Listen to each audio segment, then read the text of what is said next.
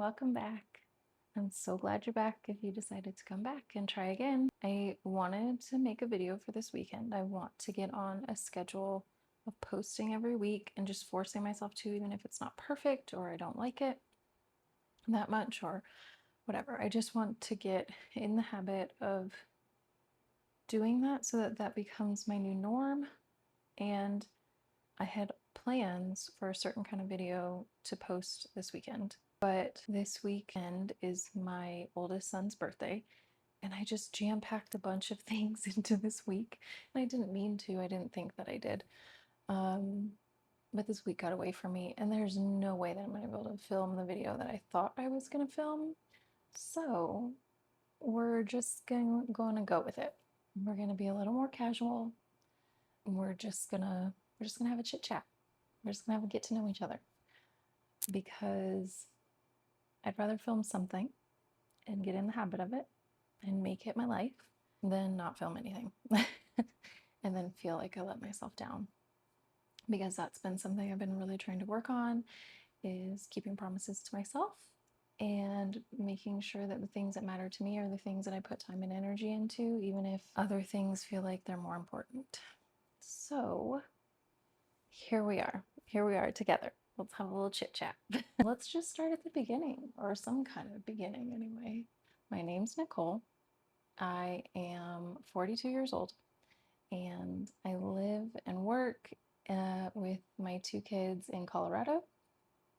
I'm a single mom, and I work full time, and I wrote a book that I'm querying and trying to get published. And right now, I'm also in the process of writing another book.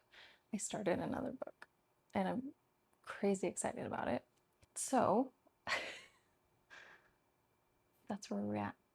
I have a full life, I have a full-time job. My kids need a lot of my attention, and I try to squeeze in time for me and for my passions and for the things that I want to accomplish for myself.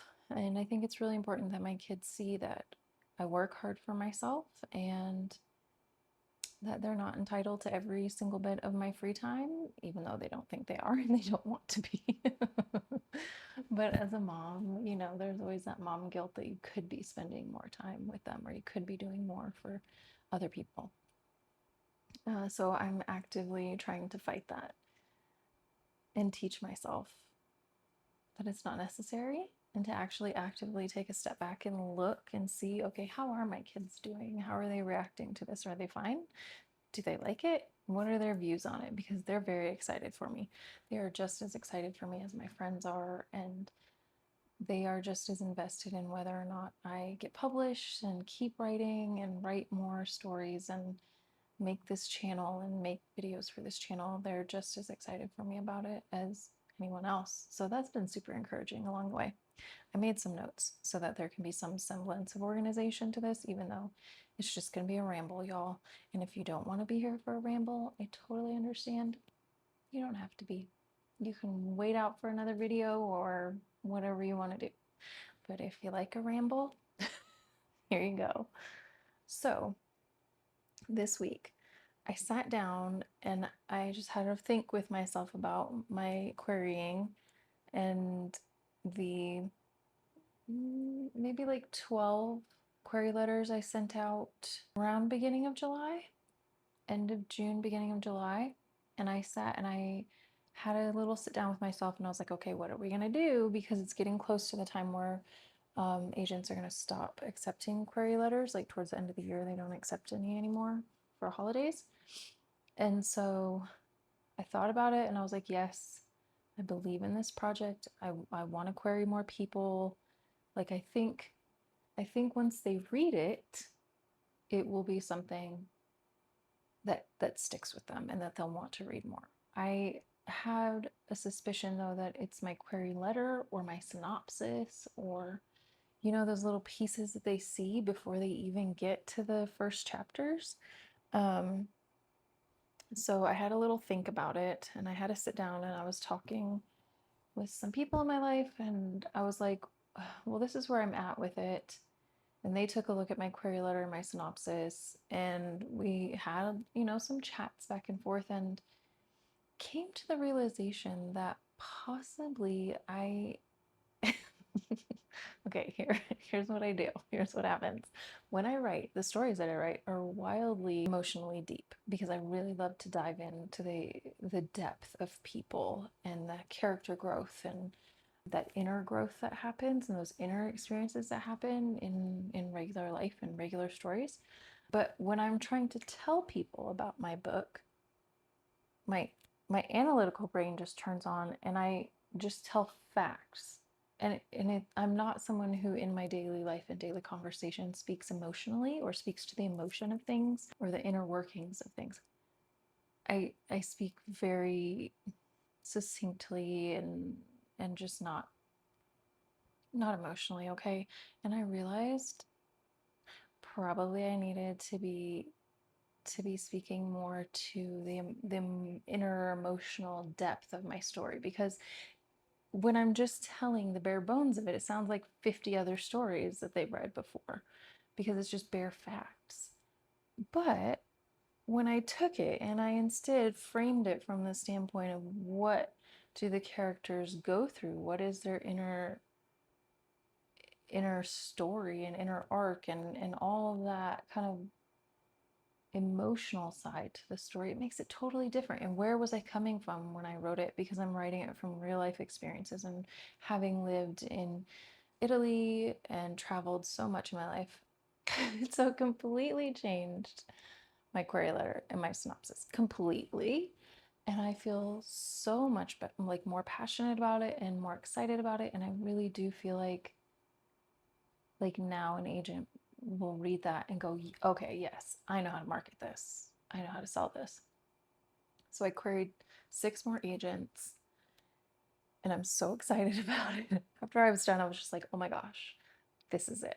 Like these are the ones that are going to get someone being like, I want to read the rest of the story.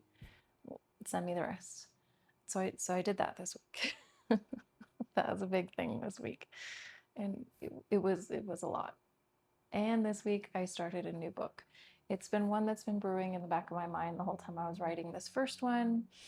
And it's one that I feel like super excited and not in the same way that I was excited about this first one. This first one was more of like a personal journey and this this next one is going to be fun. Like so much fun to write and like I'm going to want to live there.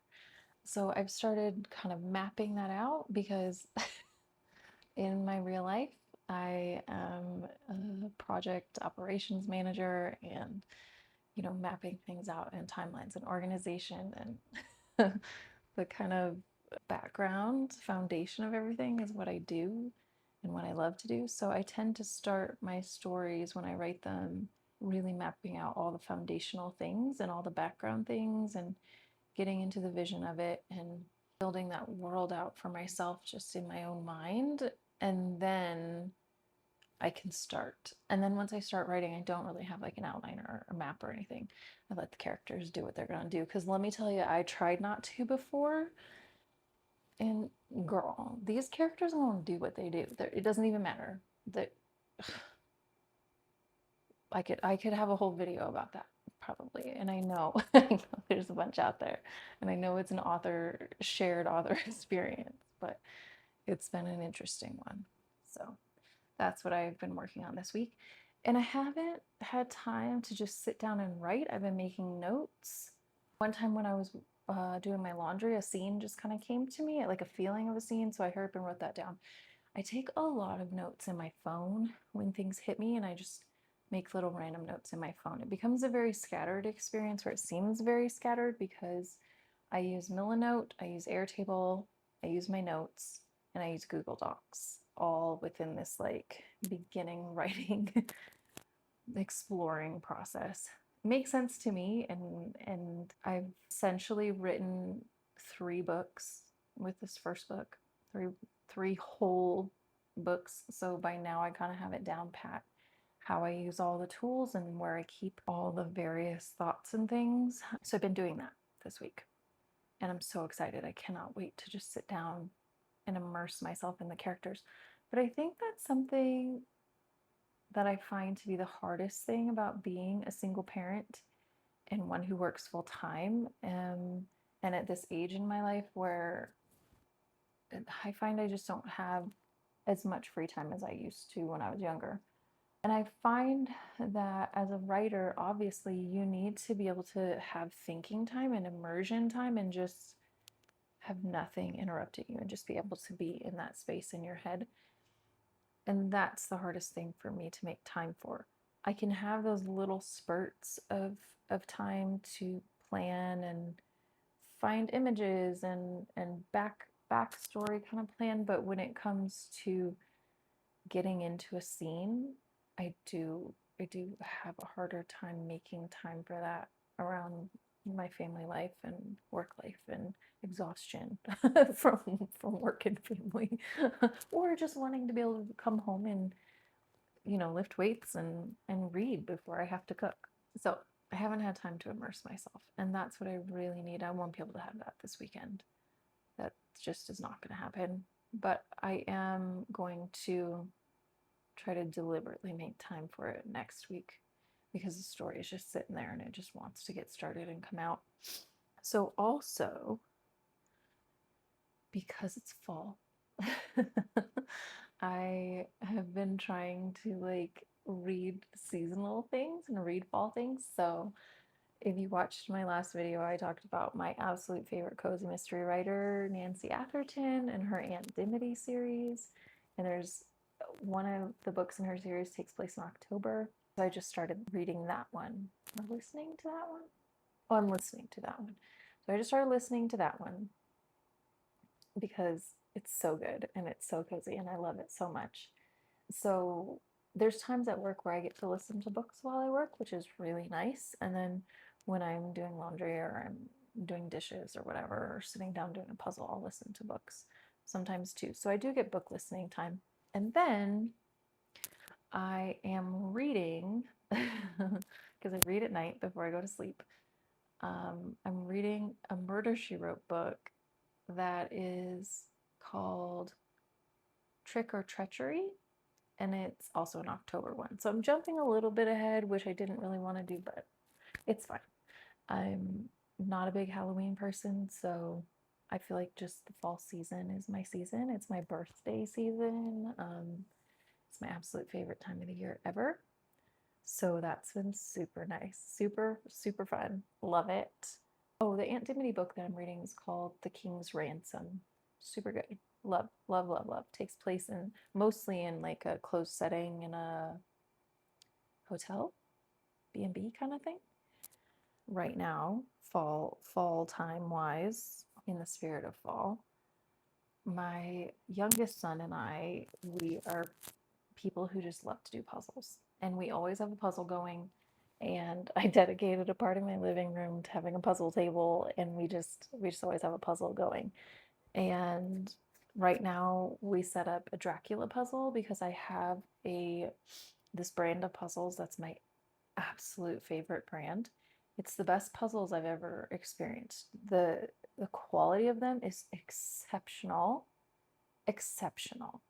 And then they'll almost stick together in a way where you can just lift up the whole puzzle. They're so solid and so thick. And then the the illustrations on them, I just incredible. Coming from someone who my previous job experience has been working with vendors and manufacturers to make product for retail companies, and doing a lot of sampling and a lot of quality testing.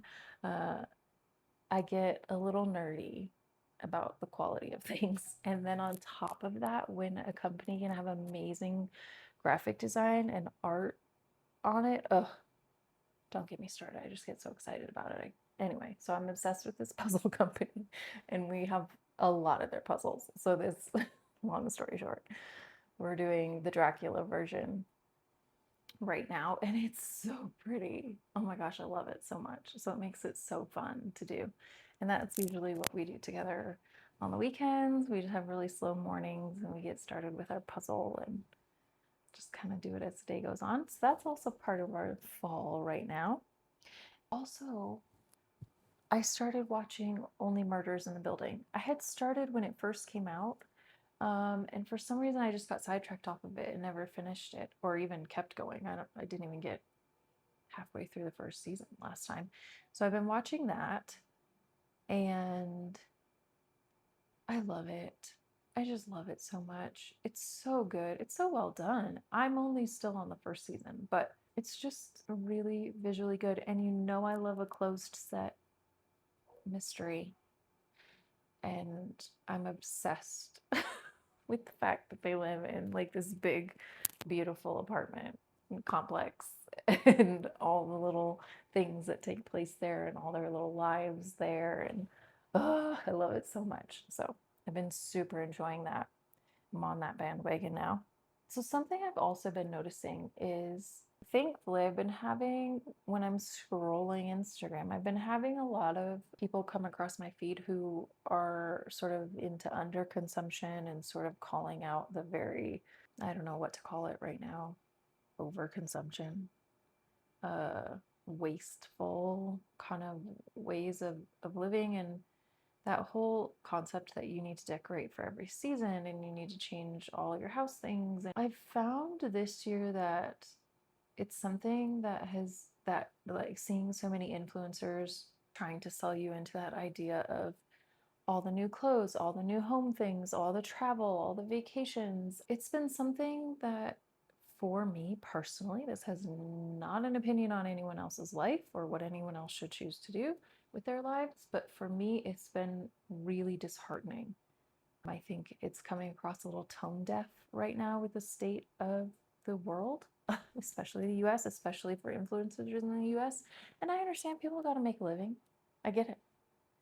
But it's been something I've been trying to kind of turn from and really kind of focus in on some other accounts that are just a little bit more real, real life, realistic.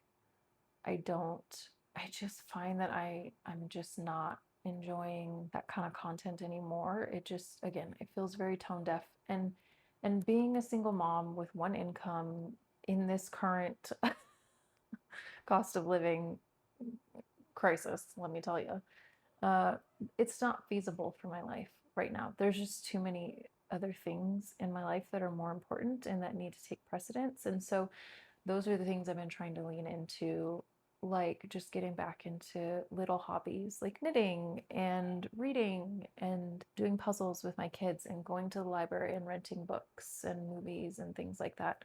And watching people's accounts who are really being more realistic that way and being more about that has been really awesome. I've really enjoyed it. It's been reminding me that at the end of the day, I just want to be connecting with people who are a little more real, a little more authentic, a little more grounded, who aren't chasing some idea of perfection that doesn't exist.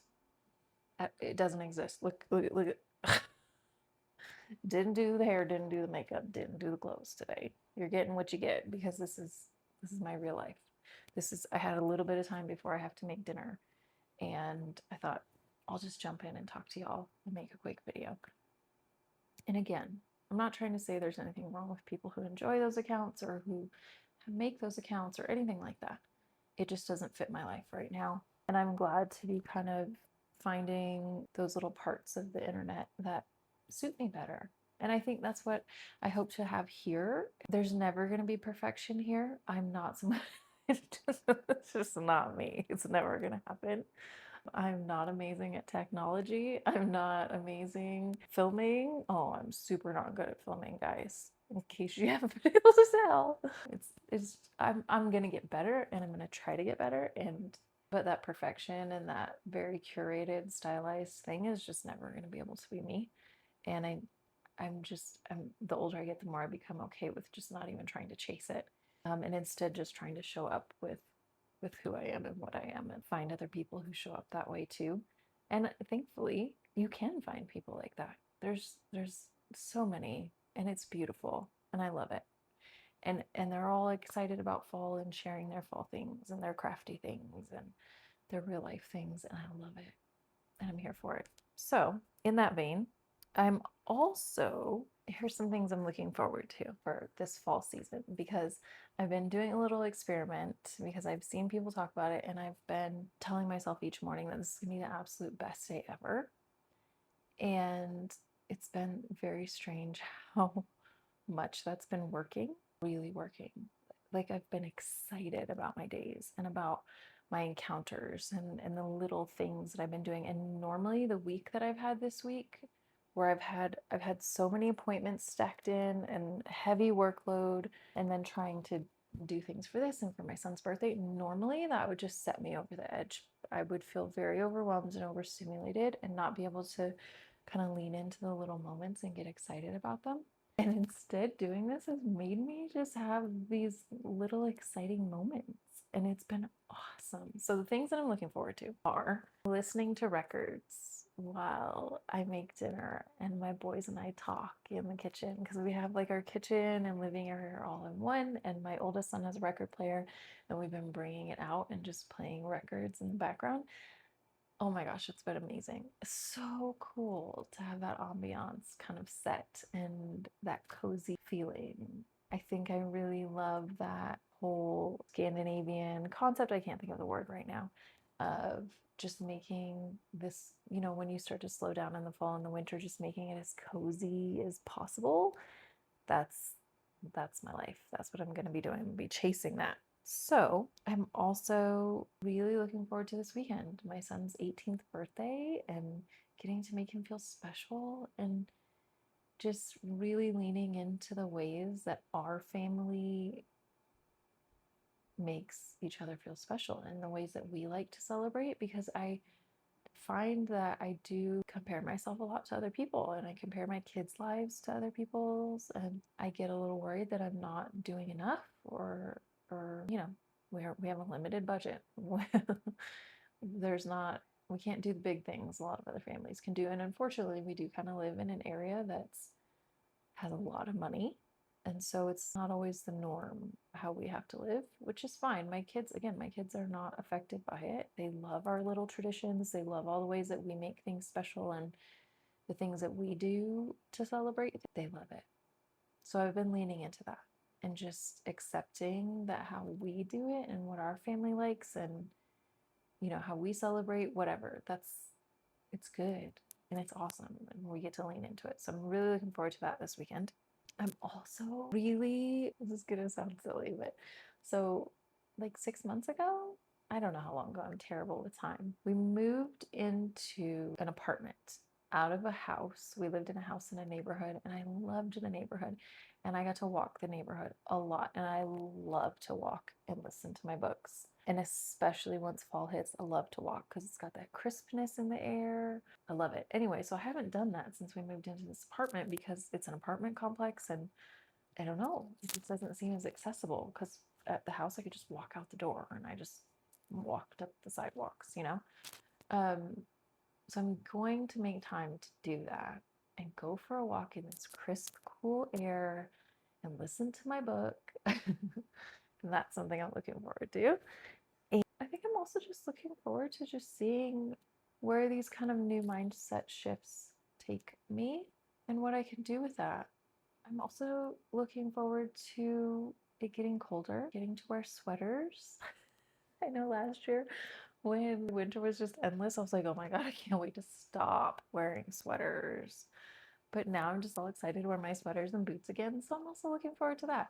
And I think those are the little things that we need to focus back in on and remember those are what makes our days special, those little moments, and not big, huge things, not Instagram worthy things, not, you know, it doesn't have to be mind blowing. It can be little cozy things, and those are the things I've been loving the best about the YouTubers that I've been watching lately and the Instagram accounts I've been looking at. So that's my goal here. That's gonna be my goal with these videos, is just to give you guys a bit of real, the little things. Let's make the little things special, and just keep you posted on this writing journey of mine and how how I fit it into this very busy life that I don't always get time to write, but also I don't always feel like writing as much as it's in me and just raring to get out. sometimes I actually don't have the energy for it, and that's fine. Sometimes washing my sheets takes precedence, you know? But I am taking little steps day by day to make time and effort for this thing that I'm passionate about and I want to succeed at and I want to do. Also, I think what's been more important is just being consistent and showing up for myself. I think that that's been the biggest lesson that's actually more important than any results or how much effort I've been putting into something. The actual consistency and showing up for myself has been the best lesson and the thing that's the most important, I think. So I know this was rambly and it might have seemed really pointless, but that's a little update of what's going on in my world and what I'm doing. And it's very not curated. And I hope you watched till the end. And if you did, I love you. That's amazing. I'm so excited that you're here. And I need to hear what you're excited about this season and the little things that you're doing that make it feel special because whimsy and the things that people do to make things feel special is my absolute favorite thing to hear from people. I want to know if there's something that just makes your day just a little bit brighter or funner or more exciting. I know funner is not the word, it's more fun, but let's roll with it. I hope you come back. I'm going to be trying to just consistently put out videos on Sunday, regardless of if anybody watches them or if they're any good or if they're interesting at all. And I'm going to try to have a structure to them. But for right now, I'm worrying more about the consistency and showing up for myself than perfection or curation or organization or anything like that. So I hope you come back.